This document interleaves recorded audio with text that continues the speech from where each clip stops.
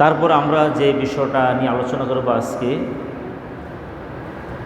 যে আমরা হজের একটা প্রশিক্ষণমূলক আলোচনা আজকে আমরা করব।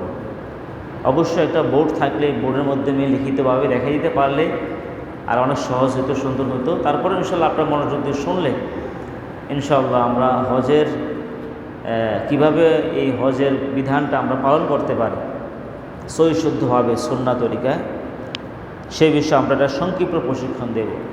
প্রথমে খেয়াল রাখতে হবে হজের দিন হলো মোট 5টি। জিলহজ মাসের কয়টা দিন?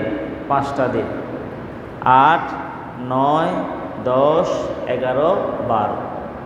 এই জিলহজ মাসের এই 5 দিন হাজী সাহেবগণ হজ করবেন। 8, 9, 10, 11, 12 এই 5টা দিন হলো হজের দিন। আর হজের স্থানও হলো 5টা: মিনা, আরাফা, মুজদালেফা, জামারাত, বাইতুল্লাহ। বাইতুল্লাহর পাশে আবার সাফা মারোয়া। সাফা মারোয়া আলাদা ধরলে 6টি জায়গা হয়। আমি আবার বলতেছি, সাফা মারোয়া আলাদা ধরলে 6টি জায়গা হবে। হজের 6টি জায়গার মধ্যে হজের বিধানগুলো পালন করতে হয়। মিনা, 1 নম্বর কি? মিনা, তারপরে আরাফা, তারপরে কি? মুজদালেফা, তারপরে হচ্ছে জামারাত, এরপরে হলো বাইতুল্লাহ। এই কয়টা জায়গা? 5টা। আর যদি 6টা ধরি তাহলে পাশে হলো সাফা মারোয়া। এই সাফা মারোয়া, বাইতুল্লাহ পাশে সাফা মারোয়া। যদি আলাদা ধরি আমরা 6টি জায়গা ধরতে পারি। আবার বলতেছি, মিনা, আরাফা, মুজদালেফা, জামারাত যেখানে শয়তানি কঙ্কর নিক্ষেপ করা হয়, বাইতুল্লাহ, সাফা মারোয়া। এই 6টি জায়গার মধ্যে হজের কাজ সম্পূর্ণ করতে হয়। দিন কয়টি? 5টি। এই হজ করার জন্য আমরা যারা বাংলাদেশ থেকে হজে যাচ্ছেন, আলহামদুলিল্লাহ অনেকে চলে গেছেন, অনেকে যাবেন। কেউ সরাসরি বাংলাদেশ থেকে মদিনায় চলে যায়, মদিনা থেকে আবার বাইতুল্লাহ আসে। আবার দেখা যায় কোনো কোনো হাজী সাহেবগণ সরাসরি মক্কায় চলে যায়। সরাসরি মক্কায় গেলে আপনাকে এহরাম বাঁধতে হবে ঢাকা থেকেই। যারা আমরা বাংলাদেশ থেকে হজে যাব, ঢাকা হাজী ক্যাম্পে আপনাকে এহরাম বেঁধে ফেলতে হবে, বা প্লেনে ওঠার আগেই আপনাকে এহরাম বাঁধতে হবে। যেহেতু হজের 5টা মিকাত আছে, জুল হুলাইফা, জাত ইরক, এভাবে ইয়ালামলাম, জুহফা, এইভাবে 5টি কি আছে? মিকাত আছে হজের। 5টি মিকাত আছে। আর বাংলাদেশের মিকাত হচ্ছে ইয়ালামলাম। ইয়ালামলাম হলো বাংলাদেশের মিকাত। এই 5টি মিকাত মানে হচ্ছে যেখান থেকে হজের এহরাম বাঁধতে হয়, যেখান থেকে হজের এহরাম বেঁধে হজ করতে হয়, এটাকে মিকাত বলা হয়। আর বাংলাদেশের মিকাত হচ্ছে ইয়ালামলাম। এখন ইয়ালামলাম যে জায়গাটা, ওই জায়গাটা পার হওয়ার সময় দেখা যায় হাজী সাহেব থাকে প্লেনে। এখন প্লেনে থাকলে তো আর সেখানে এহরাম বাঁধতে পারবো না। এই জন্য ঢাকাতে আমরা যখন প্লেনে ওঠার আগেই এহরাম বেঁধে উঠব। হাজী সাহেব এহরাম বেঁধে উঠবে, কারণ ইয়ালামলাম যে জায়গাটা পার হবে হয়তো সে ঘুমও থাকতে পারে। অবশ্য প্লেনে বলে দেয় মিকাত পার হচ্ছে, তখন হাজী সাহেব প্রয়োজনে তার নিয়তটা পাকাপোক্ত করবে, আবার নিয়ত করবে, অসুবিধা নেই। নিয়ত হচ্ছে যখন এহরাম বাঁধবে তখন নিয়ত করবে। নিয়তটা কি? যে আমি হজ করতেছি আল্লাহর জন্যে, আল্লাহর জন্য হজটা সহজ করে দেন। নবী সাল্লাল্লাহু আলাইহি সাল্লাম হজের ব্যাপারে বলছেন আল্লাহ যেন হজ সহজ করে দেন। কারণ হজ এমন এক ইবাদত, এটা হচ্ছে আপাততে মালি বাদানি। হজের মধ্যে অর্থ খরচ হয়, আবার শ্রমও দেওয়া লাগে। এই জন্য তো হজ যুবক অবস্থায় করতে পারলে ভালো। আমাদের বাংলাদেশ সাধারণত হজ করে বেশিরভাগ রিটায়ার করলে, বুড়া হয়ে গেলে, দাঁত পড়ে গেছে, দাড়ি পেয়ে গেছে, তখন বাংলাদেশ থেকে সাধারণত মানুষের হজে যায়। এটা ঠিক না। কারণ হজ যখন ফরজ হয়ে যায়, সম্পদের মালিক হইল, কাবা ঘরে যাওয়ার মতো তৌফিক আছে, আসার খরচ আছে, তার উপরে তো হজ ফরজ, জীবনে একবার হজ ফরজ। ফ্যামিলি থাকার ব্যবস্থা আছে, খাবারের ব্যবস্থা আছে, হাদিসের বাড়িতে পৌঁছা পর্যন্ত কতটুকু সম্পদ আছে, হজ ফরজ হয়ে গেল তার উপরে। এখন হজটা তাৎক্ষণিক তো ফরজ, ফৌরান তাৎক্ষণিক, যে বৎসর ফরজ হয়েছে ওই বৎসরে হজ করতে হবে। যত দেরি করবেন তত গুনাহ হবে। হজ এটা তাৎক্ষণিক ফরজ। জীবনে হজ কয়বার ফরজ? একবার ফরজ। পালা আলাহি আইয়ামুত ইয়াহুদিয়ান আনসরানিয়া, নবীজি বলেছেন হজ ফরজ হলো কিন্তু হজ করলো না, সে ইহুদি মারা যাক, খ্রিস্টান হয়ে মারা যাক, আমি নবীজির কোনো দায়িত্ব নেই। কঠিন ধমক দিয়েছেন। এই জন্য হজ যদি কেউ দেরি করে তার গুনাহ হবে। অনেকে আছে হজ দেরি করে, আমি জিজ্ঞেস করলাম ভাই আপনি তো অনেক আগে করতে পারতেন, যে দেরি করছি, হজ তো ধরে রাখতে হবে। তো ধরে রাখা মানে কি? মানে হজ করার পরে গুনাহ করা যাবে না। তো হজ করার আগে গুনাহ করা যাবে নাকি? আগেও তো গুনাহ যাবে না। এই জন্য হজ তাৎক্ষণিক ফরজ, যখনই সম্পদের মালিক তখনই ফরজ। আমিও আলহামদুলিল্লাহ, আমি যখনই আমার সুযোগ হয়েছে হজ করা 2016 সালে, আমি যেটা মাদ্রাসার টিচার বা যে বিভিন্নভাবে আমার যে আয় রোজগারগুলো হয়, বিভিন্ন প্রোগ্রামে যাই, মাহফিলে যাই। অবশ্য আমি কোথাও কোনো মাহফিলে গেলে, কোনো তাফসির মাহফিলে অংশগ্রহণ করলে আমি কোথাও হাদিয়া চাই না, চাওয়ার ভানও ধরি না, কিছুই বলি না। হাদিয়া দিছে আলহামদুলিল্লাহ, না দিল আলহামদুলিল্লাহ, কোনো অসুবিধা নাই। তা আমি যে ওর সাথে হজে যাওয়ার নিয়ত করে চিন্তা করছি যে আমার কোনো উন্নয়নের কাজ না করে আমি যে প্রতিষ্ঠান থেকে যে বেতন পাই বা বিভিন্নভাবে যাই আমার হাতে আসে, আমি এটা জমা রেখে দিয়েছি। উন্নয়নের খরচ না করে প্রয়োজনীয় নিত্য নৈমিত্তিক খরচগুলো করছি, আর বাকিটা জমা রেখে দিয়েছি। বাস একটা অঙ্ক জমা হয়ে গেছে। তখন দেখলাম তো আমার উপর হজ ফরজ হয়ে গেছে, তখন আমি হজ করে ফেলেছি।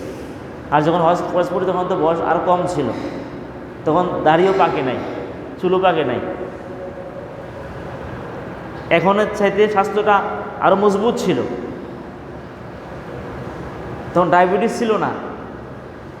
প্রিয় ভাইয়েরা, এই ওদের মতো বয়স হজ করলে যে মজাটা পাবে, আপনি গেলে সে মজাটা পাবেন? ও যে দৌড়াইতে পারবে, আপনি পারবেন না, কারণ হজে তো কষ্টের কাজ। এই জন্য হজ করবেন। যারা যুবক বন্ধুরা আছো, আয় রোজগার করো, প্রথমে হজ করে ফেলবা, টাকা পয়সা জমাই হজ করে ফেলবা। যেহেতু জীবনে একবার হজ ফরজ করতে হবে। সম্পদ যারা টাকা পয়সার মালিক, আল্লাহ তাআলা তৌফিক দিয়েছেন। এই জন্য হজটা তাৎক্ষণিক করা ফরজ, দেরি করলে গুনাহ হবে। ইচ্ছাকৃত যত বছর দেরি করবে তত বছর গুনাহ হবে। আর আপনি পরের বছর সুস্থ থাকতে পারবেন নিশ্চয়তা কি? বাঁচবেন নিশ্চয়তা কি? এই জন্য যত তাড়াতাড়ি করতে পারেন তত বেঁচে গেলেন। প্রিয় ভাইয়েরা, আমি যে কথাটা বুঝাচ্ছি যে হাজী সাহেবগণ প্রথমে এহরাম বাঁধবে। যদি সরাসরি মক্কায় চলে যায় তাহলে মক্কাতে হাজী ক্যাম্পে বা বিমান ওঠার আগেই এহরাম বেঁধে ফেলবে। এহরাম মানে নিয়ত করবে, হজের নিয়ত করবে। আর পুরুষের ক্ষেত্রে দুইটা কাপড়, সাদা দুইটা কাপড়, একটা পরবে আর একটা গায়ে দিবে। যেটা পরবে গিরে দেওয়া যাবে না, সেলাই পেন কাপড় হতে হবে। এটা একটা সিস্টেম আছে, এটা পেঁচিয়ে এভাবে বোটে রাখা হয়। যারা হজ করবেন এবং যারা হজে যাচ্ছেন তাদেরকে প্রশিক্ষণটা দেওয়া হচ্ছে কিভাবে এই কাপড়টা বাঁধবে, গিরে দেওয়া যাবে না। এটা দুই দিক দিয়ে বোটে, তারপর এটা পেঁচিয়ে ফেলবে। এইভাবে নিচের কাপড়টা পরবে আর উপরে আরেকটি চাদর গায়ে দিবে। আর মা বোনদের ক্ষেত্রে ওনারা আবার ওনাদের যে পোশাকটা গায়ে আছে এটাই আর লাগবে না, আলাদা লাগবে না। পুরুষেরা সেলাইবিহীন কাপড় পরা নিষেধ এহরাম অবস্থায়, হজের উদ্দেশ্যিত রওনা করবে। আর মা বোনরা সেলাইযুক্ত কাপড়ে পরবে, ওনারা বোরকা পরবে, কাপড় পরবে, ওনাদের অনেক কাপড় থাকবে, কোনো অসুবিধা নেই। এহরাম বাঁধার পরে যে কাজগুলো করা যাবে না, মশামাছি মারা যাবে না, তেল দেয়া যাবে না, সুঘ্রাণ দেওয়া যাবে না। হজের এহরাম বাঁধার পরে চুল আঁচড়ানো যাবে না, দাড়ি আঁচড়ানো যাবে না, এবং জুতা পরতে হবে স্যান্ডেল, পিতাওয়ালা স্যান্ডেল, পুরা পা ঢেকে যায় এমন জুতা পরা যাবে না। এহরাম অবস্থায় শুইলে উপর হয়ে শোয়া যাবে না, অবাঞ্ছিত পশম কাটা যাবে না। অর্থাৎ এহরাম বাঁধার আগেই নখ, গোঁফ, অবাঞ্ছিত পশম যা কাটা দরকার আগে কেটে ফেলবে। এহরাম বাঁধার পরে কিছু কাটা যাবে না। তো এহরাম অবস্থায় আপনি শিকারিকে দেখাইতে পারবেন না। একজনে একটা শিকার করবে, আপনি দেখাই দিয়েছেন, এটাও পারবেন না, আপনাকে দম দেওয়া লাগবে। এহরাম অবস্থায় কাজগুলো করলে দম দেওয়া লাগবে, মানে একটা পশু কোরবানি করতে হবে। এহরাম অবস্থায় আপনাকে এই কোনো গুনাহ কাজ করা যাবে না, শরীয়ত বিরোধী কোনো গুনাহ কাজ করা যাবে না, দাম্পত্য জীবন একত্রিত হওয়া যাবে না এহরাম অবস্থায়। এহরাম ভাগার পরে হজে গেছে, তখন এহরাম ভাগার পরে স্বামী স্ত্রী একত্রিত হলে এতে কোনো গুনাহ হবে না, সমস্যা নাই। কিন্তু এহরাম অবস্থায় একত্রিত হওয়া যাবে না, দাম্পত্য জীবন সম্পূর্ণ নিষিদ্ধ। এভাবে এহরাম অবস্থায় কিছু নিষিদ্ধ কাজ আছে। কেউ শুইলে বালিশের উপরে মুখ করে উপরে শুতে পারবে না, শোয়ার পরে মাথা রাখতে পারবে না, যদি কি শীতের কারণে যদি চাদর মুড়ি দিয়ে শুয়ে না পারবে না। এহরাম অবস্থায় মাথা খোলা থাকতে হবে, পায়ের পাতা খোলা থাকতে হবে। এহরাম অবস্থায় যদি কেউ শোয় তাহলে তার পায়ের পাতা খোলা থাকবে, তার মাথা কি থাকতে হবে, খোলা থাকতে হবে। এভাবে এহরামের অনেকগুলা বিধিবিধান আছে, সেগুলো মেনে চলতে হবে। তো এহরাম বেঁধে হাজির সাহেবগণ উঠে যাবে কোথায়, বিমানে উঠবে। বাংলাদেশ থেকে যখন যে মক্কায় যাবে, বিমানে ওঠার পরে সেখানে নির্দিষ্ট স্থান যেটা ইয়ালামলাম বাংলাদেশের এই অঞ্চলে যে মিকাত, সেখানে অবশ্যই আবার মাইকে বলে দেওয়া হবে। তখন আপনাকে প্রয়োজন আবার নিয়ত করলেন, আবার আল্লাহর কাছে তওবা করলেন, অসুবিধা নাই, দোয়া করলেন। আর তালবিয়া পড়বেন, লাব্বাইক আল্লাহুম্মা লাব্বাইক লাব্বাইক লা শারীকা লাকা লাব্বাইক ইন্নাল হামদা ওয়ান নি'মাতা লাকা ওয়াল মুলক লা শারীকা লাক। এটা তালবিয়া। এখন প্লেনে গিয়ে সরাসরি কই যাবে, জিদ্দায় যাবে, বাংলাদেশ থেকে জিদ্দায় নামে। আর যদি সে বাংলাদেশ থেকে সরাসরি মদিনা যায় তাহলে তো এহরাম বাঁধবে না, এহরাম না বেঁধে সে মদিনা চলে যাবে। মদিনা থেকে আসার পথে এহরাম বেঁধে মক্কায় আসবে, বুঝাচ্ছে কি না, এহরাম বেঁধে মক্কায় আসবে। তো যাক, মক্কায় যাওয়ার পরে জিদ্দায় নেমে আপনাদের গাড়ি দিয়ে নিয়ে যাবে কোথায়, যে মক্কাতে যেখানে আপনি থাকবেন সেখানে আপনার রুমে নিয়ে যাবে। আপনি কিন্তু এহরাম অবস্থা আছেন এখনও, কারণ প্রথমে আপনাকে উমরা করতে হবে। আমরা যে হজটা করি তামাত্তু হজ করি, এই জন্য হজের 3টা প্রকার আছে, আমরা তামাত্তু হজ করি। এই কারণে প্রথমে উমরা করতে হবে। তো উমরা করার জন্য আপনাকে তো ঢাকা থেকে এহরাম বেঁধে গেলেন মক্কায়, মক্কায় যাওয়ার পরে আপনাকে প্রথমে আপনার যে রুমে থাকবেন, যে হোটেলে থাকবেন সেখানে নিয়ে যাবে। যাওয়ার পরে যদি আপনি চান যে কাবা ঘরে গিয়ে নামাজ পড়বেন, ধরেন আপনি উমরা করাবে একদিন পরে, নিয়ে তোমরা করাবে না, নিয়ে আপনাকে রাখবে সেখানে। আর আসা যাওয়ার পথে যে যাওয়ার পথের জন্য কোনো নামাজ না ছোটে। আর এই নামাজগুলো পড়তে হবে, যেহেতু আমরা সফরে যাচ্ছি হজে, কসর হবে, একা পড়লে কসর হবে। যদি সব হাদিস মিলে একসাথে জামাত করে তাহলে 2 রাকাত পড়বে ফরজ নামাজগুলোতে, 4 রাকাত নামাজে, আর সুন্নত নফল তো লাগবে না। আর যদি স্থানীয় কোনো ইমাম নামাজ পড়ায় তাহলে তো 4 রাকাতে পড়বে, 4 রাকাত নামাজে। আর মাগরিবে তো কসর নাই, আর ফজরেরও কি নাই, কসর নাই, শুধু জোহর আসর আর হলো ঈশা, এই নামাজগুলোতে যদি আমি ওই যেখানে নামাজটা পড়ি সেখানে স্থানীয় ইমামের পিছনে নামাজ পড়লে সেখানে আপনাকে 4 রাকাতে পড়তে হবে, সেখানে কসর হবে না। যদি নিজেরা নামাজ পড়ি, নিজেদের ইমাম হয়, অর্থাৎ যারা নামাজ পড়ে ইমামও মুসাফির মুসল্লিও মুসাফির, ওই ইমাম যখন নামাজ পড়ে মুসাফির ইমাম নামাজ পড়াবে তখন তো 2 রাকাত কসর করতে হবে। আর যদি একা নামাজ পড়েন মুসাফির অবস্থায় তাহলেও তো আপনাকে 2 রাকাত পড়তে হবে ফরজ নামাজগুলা 4 রাকাত নামাজের ভিতরে। এরপরে যখন মক্কায় গেলেন, গিয়ে কিন্তু আপনাকে উমরা করাবে না, সেখানে অবস্থান করবেন। আপনি ইচ্ছা করলে মক্কা যে হোটেলে রাখবে, ধরেন আপনি এশারের সময় গেছেন, এশারের নামাজ যেতে পারেন নাই, ফজরের নামাজ ইচ্ছা করলে আপনি কাবা ঘরে গিয়ে পড়তে পারবেন, কোনো অসুবিধা নাই। এর হয়তো পরে আপনাকে উমরা করাবে, কিন্তু আপনি ইচ্ছা করলে উমরা করার আগেই কাবা ঘরে গিয়ে নামাজ পড়তে পারবেন, সমস্যা নাই, নামাজ পড়বেন। আর কাবা ঘরটা দেখলে তো মনটা জুড়ে যাবে, কাবা ঘরটা দেখার সাথে সাথে আল্লাহ রহমত দিয়ে দিবেন, সুবহানাল্লাহ। কাবা ঘরটা দেখলেও গুনাহ মাফ হয়ে যায়। আল্লাহ যেন সকলের কিসমতে কাবা ঘরে যাওয়ার তৌফিক দান করে, আমিন বলেন না। যাওয়ার ইচ্ছা নেই সকলের? আমিন, আল্লাহ সকল কবুল করুক, আমিন। কাবা ঘরটা দেখলে গুনাহ মাফ হয়ে যায়, তাকাবেন, তাকাই থাকবেন, গুনাহ মাফ হবে, সুবহানাল্লাহ সুবহানাল্লাহ। যারা যেতে পারেন না আল্লাহ সকলকে তৌফিক দান করুক। কাবা ঘরটা সেখানে গিয়েই বলবেন লাব্বাইক, বলেন না সকল আমার সাথে পড়েন, লাব্বাইক আল্লাহুম্মা লাব্বাইক লাব্বাইক লা শারীকা লাকা লাব্বাইক ইন্নাল হামদা ওয়ান নি'মাতা লাকা ওয়াল মুলক লা শারীকা লাক। অর্থ কি? লাব্বাইক, হে আল্লাহ আমি উপস্থিত, লাব্বাইক লা শারীকা লাক, আল্লাহ আমি উপস্থিত, আপনার কোনো শরীক নাই, আপনার কোনো অংশীদারিত্ব নেই, ইবাদত করতে হবে আপনার, আইন মানতে হবে আপনার, সেজদা করতে হবে আপনাকে, এটাই তো লা শারীকা লাক। আল্লাহ ছাড়া এই দুনিয়াতে কারো আইন মানা যাবে না, আল্লাহ যে কোরআনে আইন দিয়েছে সেটাই মানতে হবে, নবী যা সুন্নাহ দিয়েছেন সেটাই মানতে হবে, মানুষের তৈরি করে আইন মানা যাবে না। এটাই তো লা শারীকা লাক, আল্লাহকে ছাড়া এই সেজদা কাউকে দেওয়া যাবে না। লাব্বাইক আল্লাহুম্মা লাব্বাইক, লাব্বাইক লা শারীকা লাকা লাব্বাইক, ইন্নাল হামদা ওয়ান নি'মাতা লাকা ওয়াল মুলক, ইন্নাল হামদা ওয়ান নি'মাতা লাকা ওয়াল মুলক। সমস্ত নিয়ামত প্রশংসা কার? আল্লাহ। অনেক সময় দেখা যায় আমরা বক্তব্য রাখি, অনেকেই আছে এত মানুষের প্রশংসা করে কিন্তু আল্লাহর প্রশংসা মুখ দিয়ে বের হয় না। মা বাবা বাপ দাদা অনেকের প্রশংসা করে কিন্তু আল্লাহর প্রশংসা মুখ দিয়ে আসে না। না, আমাদের বক্তব্য শুরুতে প্রশংসা হবে কার? আল্লাহর প্রশংসা। আর নিয়ামতা, যত নিয়ামত, যাবতীয় নিয়ামত, এগুলোর মালিক কে? আল্লাহ। আমরা তো আল্লাহর নিয়ামত হাবুডুবু খাচ্ছি, এটা আল্লাহর নিয়ামত, এই জন্য স্বীকার যেতে হবে আল্লাহর কাছে। লাকা ওয়াল মুলক, আর রাজত্ব কার? আল্লাহর। কুলিল্লাহুম্মা মালিকাল মুলক তুতিল মুলকা মা তাশা ওয়া তানজিউল মুলকা মিম্মা তাশা। নবী হে জানিয়ে দেন গোটা মানবতাকে, কুলিল্লাহুম্মা মালিকাল মুলক, ক্ষমতার একচ্ছত্র মালিক কে? আল্লাহ। যাকে ইচ্ছা তাকে আল্লাহ ক্ষমতা দেন, যার থেকে ইচ্ছা ক্ষমতা ছিনিয়ে নেন। কার হাতে ক্ষমতা? তো ক্ষমতা যদি আল্লাহর হাতে হয় তাহলে আল্লাহ খারাপ মানুষকে যুগে যুগে, ফেরাউন কি ভালো মানুষ না খারাপ মানুষ?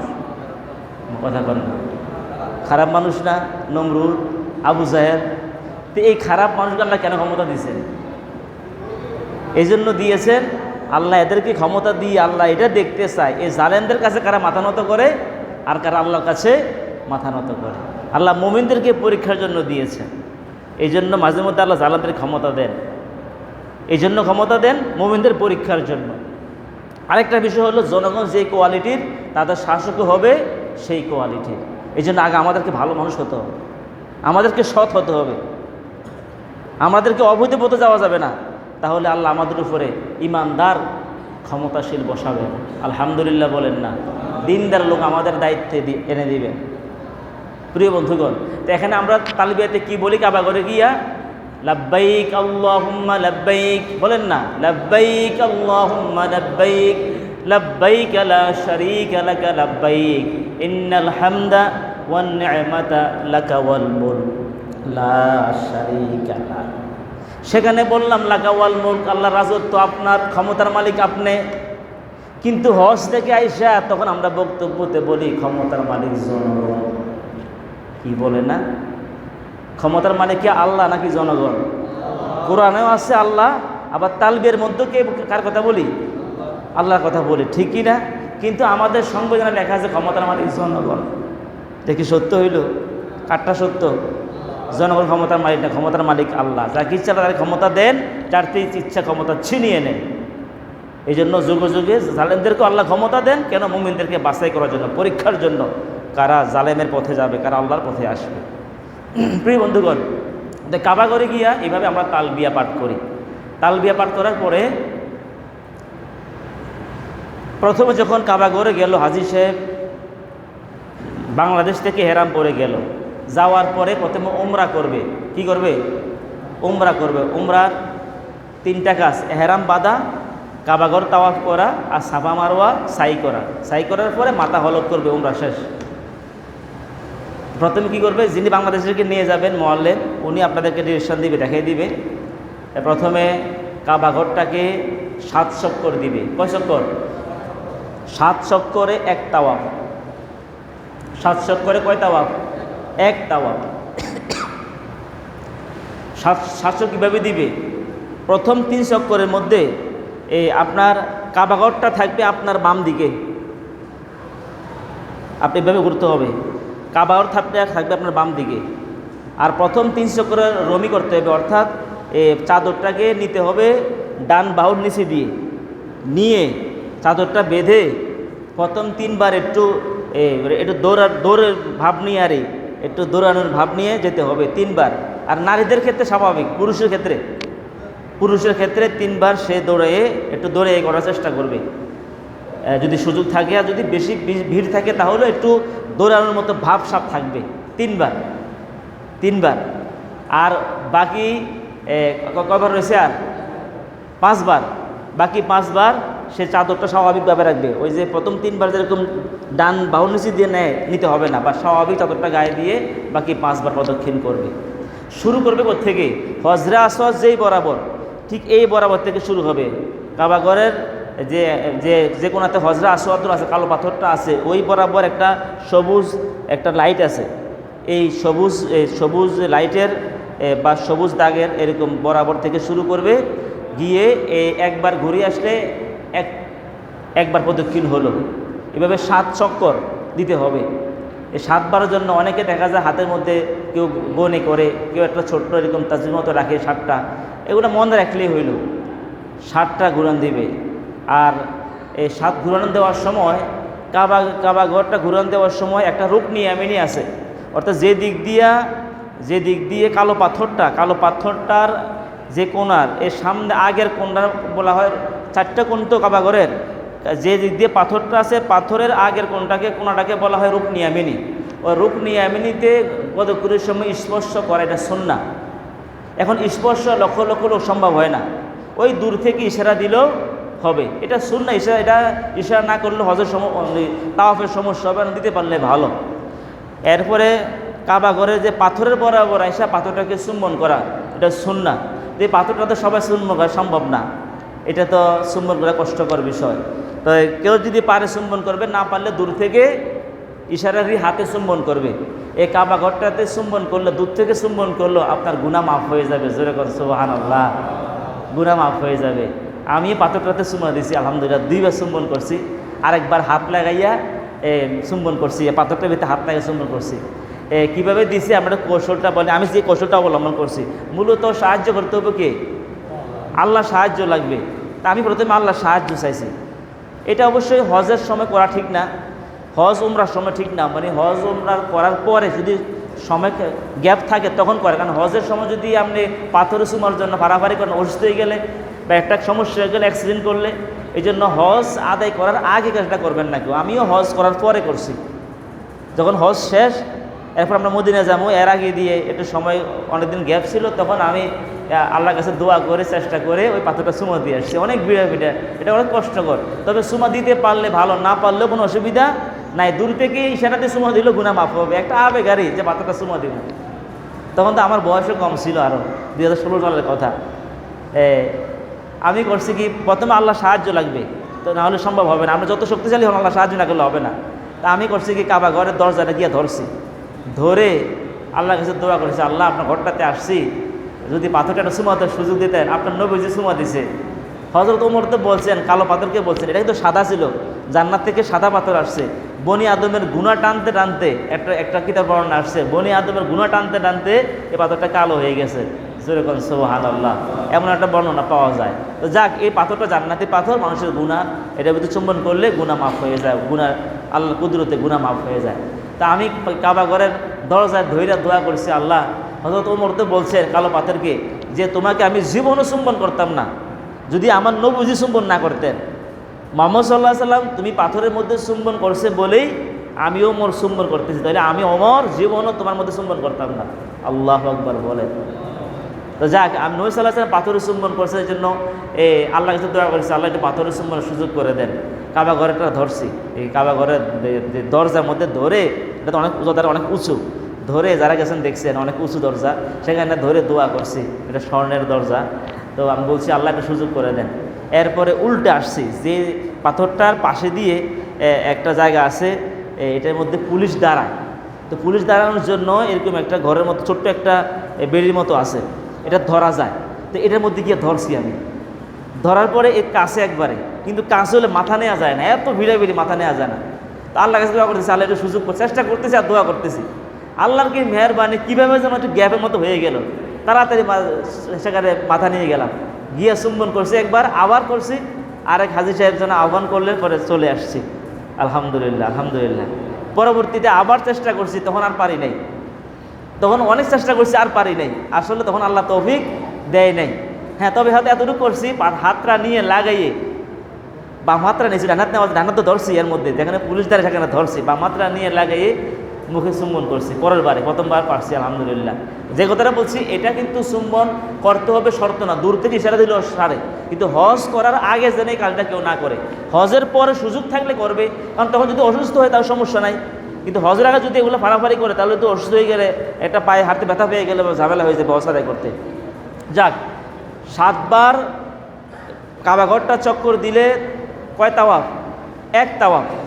প্রতি তাওয়াফের পরে মাকাম ইব্রাহিম আছে একটা, এটা কাবাঘরের পাশেই মাকাম ইব্রাহিম। আরেকটা জায়গা আছে, একটা দেখবেন দালের মতো, এটা হচ্ছে এটাকে বলা হয় যে দালের মতো আছে এই জায়গাটাও কাবাঘরের অংশ। হাতিমে কাবা যেটাকে বলে আর হাতিমে কাবা, এটাও কাবার অংশ। জাহিলিয়াতের সময় এই কাবাঘরটা যখন ভেঙে গিয়েছিল, ভেঙে যাওয়ার পরে এবার তারা রিকনস্ট্রাকশন করবে, কাবাঘরটাকে নতুনভাবে গড়বে। গড়ার সময় জাহিলিয়াতের সময় তখন ওই লোকগুলো মূর্খ ছিল, শিরিক কুফুর করতো। ওই সময় কথা বলতেছে, জাহিলিয়াতের সময় এরা চিন্তা করছে ঘরটা তো আল্লাহর, যেহেতু আল্লাহর ঘর, এই ঘরের মধ্যে অবৈধ কোনো পয়সা লাগানো যাবে না। সুবহানাল্লাহ বলেন না। এই ঘরের মধ্যে কোনো অবৈধ পয়সা লাগানো যাবে না, হালাল পয়সা লাগাতে হবে। এবার তারা হালাল পয়সা খুঁজতেছে। আমরা তো চিন্তা করি পয়সা কার বেশি, হালাল হারাম চিন্তা করি না, টাকা দরকার। তারা কিন্তু এটা করে নাই। তারা কিন্তু জাহিলিয়াতের সময় তারা চিন্তা করছে কি, আমার টাকা দরকার না, হালাল টাকা দরকার। সুবহানাল্লাহ কর না। কি টাকা? হালাল টাকা। আপনি সারা বাংলাদেশে চান মসজিদগুলোতে যে পয়সাওয়ালা দেখিয়া যে 5 ওয়াক্ত নামাজি, মসজিদে 5 ওয়াক্ত নামাজ পড়ে, হালাল পথে চড়ে, হয়তো টাকা পয়সা কম, তারে মূল্যায়ন করে না। যার টাকা পয়সা বেশি আছে, এবার হালাল না হারাম ওইদিকে তাকান, আমার টাকা দরকার। এই মানসিকতা বাংলাদেশে আছে নাকি নাই? আছে। আমি সারা দেশের দিকে তাকান, কিন্তু আমাদেরকে দেখতে হবে ওই লোকটাই মসজিদের খেদমত করার যোগ্য, যে লোকটা 5 ওয়াক্ত নামাজে হালাল খায়, কোরআন সুন্নাহ অনুযায়ী চলে, আল্লাহর দ্বীনের পথে আছে, ইকামত দ্বীনের পথে আছে, সেই মূলত যোগ্য। কিন্তু আমরা ওটা প্রাধান্য দেই না, গরিব হওয়ার কারণে প্রাধান্য দেই না, তার মূল্যায়ন করি না। জাহিলিয়াতের সময় তারা চিন্তা করলো কাবাঘর নতুনভাবে করতেছি, এটার মধ্যে আমরা হারাম পয়সা লাগাবো না, হালাল পয়সা কোথায় পাওয়া যায়, যার থেকে পাওয়া যায়, ক্ষুদ্র ক্ষুদ্র টাকা জমা করছে। জমা করার পরে যতটুকু কাবাঘরের এরিয়া, ভিতটা তো আছে, এখন কাবা যতটুকু এরিয়া দেখছে যে এই হালাল টাকা যা পাইছি এটা দিয়ে কিন্তু পুরা ঘর কাজ ধরলে কাজ সমাধা করা যাবে না। তখন তারা একটা অংশ খালি রাখছে, একটা অংশ খালি রাখছে, যেটা দেখবেন উত্তর দিক দিয়ে যে জায়গাটা আপনার এরকম দালের মতো এই একটা জায়গা আছে, বেরি দিয়ে রাখছে, এটা কিন্তু কাবা ঘরে ছিল।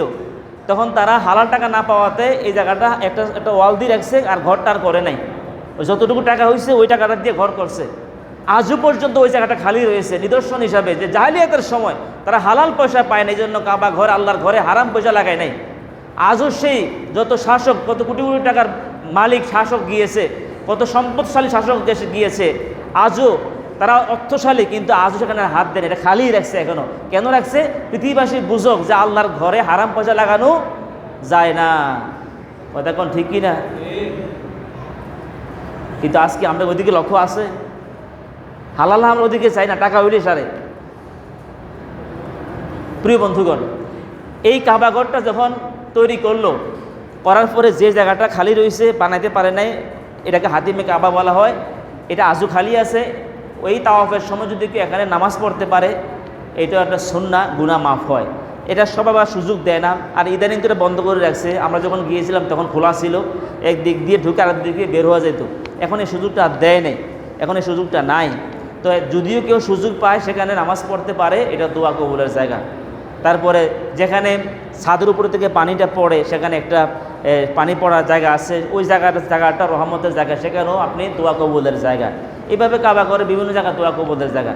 তো 7 বার তাওয়াফ করার পরে আপনাকে যেখানে মাকাম ইব্রাহিম আলাইহিস সালাম যে পাথরের উপরে যখন কাবাঘরটা ইব্রাহিম আলাইহিস সালাম বানিয়েছিল ইসমাইল আলাইহিস সালামকে নিয়ে, এইটাও রিকনস্ট্রাকশন ছিল। কাবাঘর প্রথম বানাইছে হযরত আদম আলাইহিস সালাম, এর আগে বানিয়েছে ফেরেশতারা। কি বানাইছে?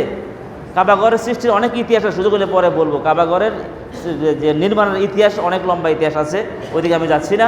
তো ইব্রাহিম আলাইহিস সালাম যখন বানাইছিলেন, কাবাঘরটা রিকনস্ট্রাকশন করছিলেন, তখন তিনি যে পাথরের উপরে দাঁড়িয়ে কাবাঘরের লিফটের মতো কাজ করছিল আর ওনাকে সহযোগিতা করছে। পাথরটা উপরের দিকে ওয়াল উঠছে, সেখানে গিয়ে পাথর গেঁথে ফেললো।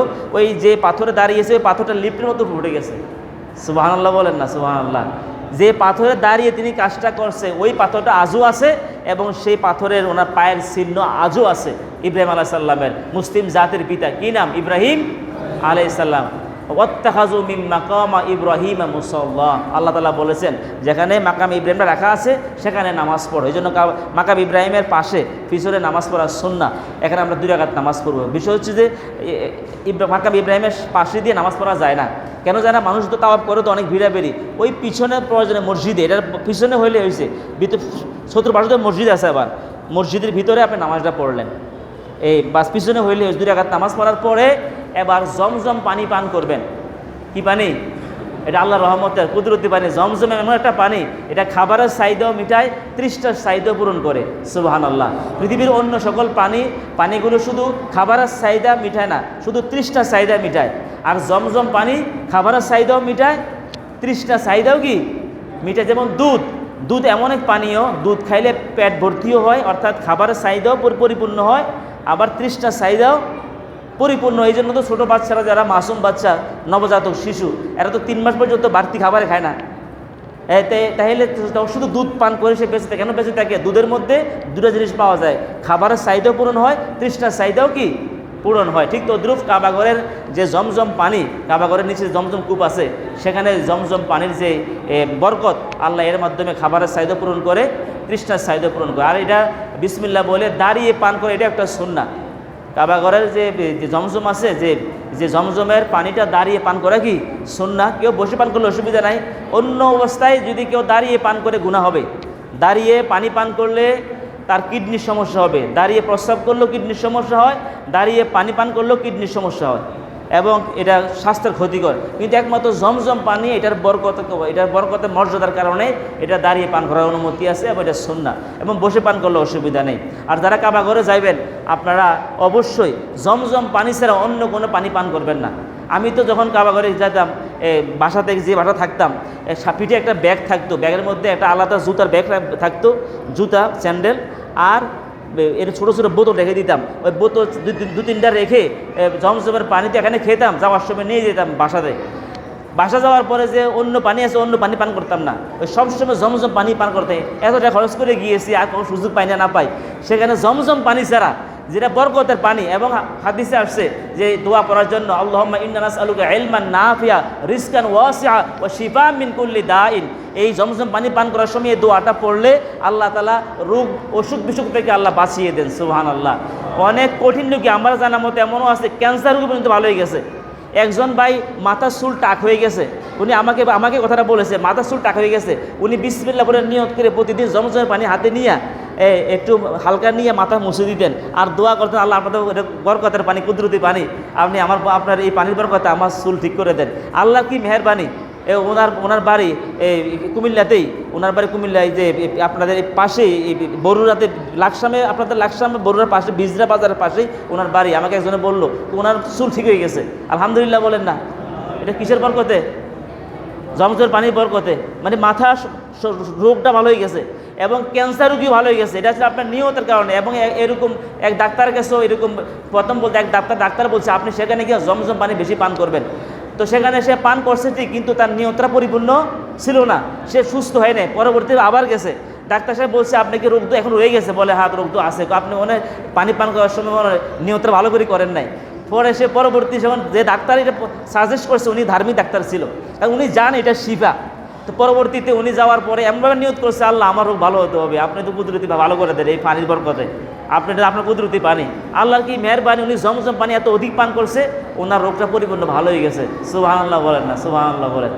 এই জন্য দেখবেন যারা কাবা ঘরে যায়, বিভিন্ন অনেক মেডিসিন নিয়ে যায়, দেখবেন মেডিসিন বেশি খাওয়া লাগে না, সে এই জমজমের পানি বরকত। এই জন্য যারা যাবেন জমজমের পানি বেশি খাবেন সেখানে, অর্থাৎ অন্য পানি ব্যবহার করবেন না সেখানে। আবার মদিনায় গেল, মদিনাতেও জমজমের পানি সেখানেও আছে। এই জন্য মক্কা থাকেন, মদিনা থাকেন, জমজম পানি ছাড়া অন্য কোনো পানি পান করার দরকার নাই, এটা বরকতের পানি। এই আমলটা করবেন। এরপরে কি করবেন? তাওয়াফ শেষ করার পরে সাফা মারোয়া সাই হবে। কি হবে? সাফা মারোয়া, সাফা থেকে মারোয়া, মারোয়া থেকে সাফা। কয়বার? 7 বার। কয়বার? সাফা থেকে মারোয়া একবার, মারোয়া থেকে সাফা একবার, এইভাবে কয়বার? 7 বার। 7 বার এটা করতে হবে। এই 7 বার করার পরে এরপরে মাথা হলক করবেন। অবশ্যই এই সাফা মারোয়া সাইয়ের সময় সবুজ বাতির নিচে একটা সবুজ বাতি আছে একটা অংশ, এই সবুজ বাতির নিচে এখানে একটু দ্রুত হাঁটতে হয়। দ্রুত হাঁটতে হয়, আর মা বোনদের ক্ষেত্রে দ্রুত হাঁটা লাগে না, পুরুষের ক্ষেত্রে হাঁটলে হয়। এরপরে যখন সাফা মারোয়া 7 বার সাই হয়ে গেলে এখানে আবার দোয়া কবুল হয়, দোয়া করবেন, অনেক দোয়া আছে, দোয়া করবেন। দোয়া কাবা ঘরে, 14 কাবা ঘরে তাওয়াফের সময় দোয়া কবুল হয়। সেখানে হজরা আসওয়াদ এবং যে রুকনি ইয়ামানি আছে ওই জায়গাটাতে আপনি রব্বানা যালামনা আনফুসানা ওয়া ইল্লাম তাগফির লানা ওয়া তারহামনা লানাকুনান্না মিনাল খাসিরিন, নবীজি এই দোয়াটা বেশি পড়তেন এই রুকনি ইয়ামানি এবং এই হজরা আসওয়াদ ওই জায়গাটার মধ্যে বেশি পড়তেন। এছাড়া আরও অনেক দোয়া আছে হাদিসে, তা আমরা যদি আরবি না পারেন বাংলাতেও মনে যত নেক মাকসাদগুলো আছে কাবা ঘরের তাওয়াফ অবস্থায় করা যায়। আল্লাহ তাআলা সকলের কবুল করে, আমিন বলেন। এরপরে যখন সাফা মারা সাই হয়ে গেল, সাফা মারা সাই হয়ে মাথা হলক করবে, মাথাকে কামিয়ে ফেলবে, ওমরা শেষ। কি শেষ? এবার করবে কি হজের। হজের কাজ শুরু কখন হবে? হজের কাজ শুরু হবে 8 তারিখ থেকে। কয় তারিখ? 8, 9, 10, 11, 12, এই কয়দিন? 5 দিন। প্রথমে হাজী সাহেবরা 8 তারিখ সকালবেলায় এহরাম বাঁধবে, আবার তখন তো মাথা হলক করে এহরাম খুলে ফেলবে, উমরা করা শেষ। এর মধ্যে অনেকদিন গ্যাপ থাকে, কারো বেশি গ্যাপ থাকে, কারো কম গ্যাপ থাকে, ঠিক আছে। উমরা করার পরে এবার এই কয়েকদিন যে কয়েকদিন খালি থাকবে কয়েকদিন তাওয়াফ করবে, শুধু তাওয়াফ করবে, কাবা ঘর তাওয়াফ করবে। আর কাবা ঘরে গিয়ে 5 ওয়াক্ত নামাজ পড়বে, ঘরে নামাজ পড়বে না, বাসা নামাজ পড়বে না, কারণ এত টাকা দিয়ে খরচ করতে গেছে। কাবা ঘরে 1 ওয়াক্ত নামাজ পড়লে 1 লক্ষ ওয়াক্তে সওয়াব হয়ে যায়, যেরকম সুবহানাল্লাহ। 8 তারিখ সরাসরি চলে যাবে মিনায়। কই যাবে? মিনায়। মিনায় গিয়ে সেখানে 5 ওয়াক্ত নামাজ পড়া সুন্নাহ, জোহর, আসর, মাগরিব, এশা, ফজর। ফজর পরে চলে যাবে আরাফা। কই যাবে? এখন অনেক মুআল্লিম আছে রাত্রে চলে যায়, কারণ আরাফা তো হজ হলো আরাফা, আল হজ্জুল আরাফা। আরাফাতে না যেতে পারলে তো হজ হবে না। জোহরের পরে কিছু সময় থাকা ফরজ, আর মাগরিব পর্যন্ত থাকা ওয়াজিব। কেউ যদি মাগরিবের আগে আরাফার ময়দান থেকে বের হয়ে যায় দম দেওয়া লাগবে। আর জোহরের পরে কিছু না থাকলে হজটাই হবে না। এই জন্য যাতে জোহরের আগে পুষতে পারে, অনেক হাজী সাহেব রাস্তায় কোনো জ্যাম ট্যাম হয়ে যায়, সমস্যা হয়, তাহলে তো হজটাই হবে না। আরাফা পুষতে না পারলে দম দিলেও কাজ হবে না, আরাফা থাকতে হবে জোহরের পরে। এই জন্য অনেক মুআল্লিমরা আছে রাত্রেই মিনা থেকে বের হয়ে যায়, ওই ফজরের নামাজ আর পড়ে না। এটা তো সুন্নাহ, না পড়লে অসুবিধা নাই। আমরা যখন গিয়েছিলাম তখন আমরা এই আরাফাত গিয়ে ফজর পড়ছি। মুআল্লিম বলছে যে আমরা থাকবো না, আমরা চলে যেতে পারলে ভালো, আমরা সব জ্যাম ট্যাম হতে পারে, সমস্যা হতে পারে, এই জন্য আমরা চলে গেছি। আর পারলে তো ফজর পড়ে গেলেও অসুবিধা নাই, তো ভালোই। তো সেখানে যাওয়ার পরে জোহর এবং আসর আরাফার ময়দানে মসজিদে নামিরায় পড়েন নামাজ, আর আরাফার ময়দানে যেখানেই পড়েন এক আজান, জোহর আসর একসাথে, আজান একটা আর জোহর আসর একসাথে পড়তে হবে, জামান এবং কসরান, জামান কসরান, অর্থাৎ জোহর আসর একসাথে পড়বে, কসর পড়বে। কসর মানে জোহর হবে 2 রাকাত, আসর হবে কয় রাকাত? 2 রাকাত। আজান কয়টা? একটা। মসজিদে নামিরায় পড়ক আর তাঁবুতে পড়ক। সবাই কোনো মসজিদে নামিরে যেতে পারে না, অনেকে তাঁবুতে পড়ে, বেশিরভাগ তাঁবুতে পড়ে। অনেকে কেউ আবার মাসালা দেয় নামিরায় পড়লে একসাথে পড়বে, আর তাঁবুতে পড়লে জোহরের সময় জোহর, আসরের সময় আসর, 2000। এটা ঠিক না, কারণ আমি হাদিসগুলো দেখছি। পাশাপাশি যখন আমি গিয়েছিলাম আব্দুর রহমান সুদাইজ, তিনি হজের আগে যে বক্তব্যটা দিয়েছে আমি শুনেছি, উনি স্পষ্ট ভাষায় বলেছেন, হাদিসগুলো উল্লেখ করে, যে মসজিদে নামিরায় পড়লেও জোহর আসর একসাথে পড়তে হবে, এবং আরাফার ময়দানে যেখানেই পড়েন, তাঁবুতে পড়েন, যেখানেই পড়েন 2 ওয়াক্ত নামাজ একসাথে পড়তে হবে, জোহর এবং আসর। আজান হবে একটা, এবং কসর হতে হবে। কসর মানে জোহরে 4 রাকাত হবে, কয় রাকাত? 2 রাকাত। আসরে 4 হতে হবে 2 রাকাত। প্রথমে আজান দিবে, আজান দিয়া পরে জোহর পড়বে, একজন ইমামতি করবে। জোহর পড়ার পরে আবার একামত দিবে আরেকটা আসরের। প্রথমে একামত দিবে জোহরের, জোহর পরে আবার একামত দিবে আসরের, এরপরে আসরে 2 রাকাত পড়বে, একসাথে পড়ে ফেলবে। একসাথে পড়ে ফেলে মাগরিব পর্যন্ত এখানে ইবাদত করবে, কান্নাকাটি করে আল্লাহর কাছে দোয়া করবে। মাগরিবের আজান দেওয়ার পরে মাগরিব পড়া যাবে না, মাগরিব না পড়ে চলে যাবে সোজা কোথায়? মুজদালেফায়। কই যাবে? আরাফা থেকে মুজদালেফা যাবে। এই মুজদালেফাতে যাওয়ার পরে সেখানে মাগরিব এশা একসাথে পড়বে, আজান হবে একটা আর ইকামত 2টা। মাগরিবের আজানের একামত দিবেন, এশা একামত দিবেন। আজান হবে কটা? একটা। প্রত্যেকের আলাদা আলাদা, যেই গ্রুপে তাই গ্রুপে আজান দিবে, ওই গ্রুপের একজন ইমামতি করবে, বাকিরা নামাজ পড়বে। সেখানে মাগরিব এবং এশা একসাথে পড়তে হইব, এবং বিতির পড়তে হইব। বিতির তো ওয়াজিব, বিতির পড়তে হবে 3 রাকাত। বিতির নামাজ পড়ার পরে সেখানে দোয়া করবে, কান্নাকাটি করবে, এখানে দোয়া কবুল হয়। খালি মাঠে এখানে দোয়া হবে, এখানে বিছনা বিছে একটু শোয়া যায়, আরাম করা যায়। তবে শোয়ার আগে দিয়া 70টা পাথর নিতে হইব। কয়টা পাথর? 70টা পাথর নিতে হবে। 70টা পাথর কেন? 70টা পাথর এই জন্য, 70টা পাথর থলের মধ্যে নিবে, থলের মধ্যে নিয়ে এই ফজরের নামাজ পড়ে মুজদালিফা থেকে ফজরের নামাজের আগে যদি কে বের হয়ে যায় তাহলে দম দেওয়া লাগবে। ফজরের নামাজ পড়ে মুজদালিফা থেকে বের হতে হবে। মুজদালিফা থেকে চলে আসবে কোথায়? জামারায় এসে ওই তো 70টা পাথর আনছে। প্রথম জামারায় এসে 10 তারিখে জামারা আসবে, তো 9 তারিখে তো আরাফার ময়দানে, তারপরে তো যাবে কোথায়? মুজদালিফা থেকে চলে আসবে জামারাতে, যেখানে শয়তানকে পাথর মারবে। বড় শয়তানকে 60টা পাথর মারবে। কয়টা পাথর? 60টা পাথর মারার পরে এরপরে খুঁজ দিবে কুরবানি হয়েছে কিনা। এরপরে কুরবানি হইল, কুরবানির পথে মাথা হলক করবে। কি করবে? মাথা কামাই ফেলবে। মাথা কামানোর পরে এরপরে এই যে তাওয়াফের জিয়ারত, যেটা ফরজ তাওয়াফ, এটা 10 তারিখে করা যায়, 11 তারিখে করা যায়, 12 তারিখে করা যায়। এটা যদি ফরজ তাওয়াফ, যদি সে মারা যায় অথবা সমস্যা হয়, এই জন্য 10 তারিখে করে ফেলে। 10 তারিখে সুড়ঙ্গ পথ দিয়েও যাওয়া যায়, গাড়ি দিয়েও যাওয়া যায়। সুড়ঙ্গ পথ সুন্দর ব্যবস্থা আছে, বাতাস করে, যেহেতু হাঁটতেও সহজ।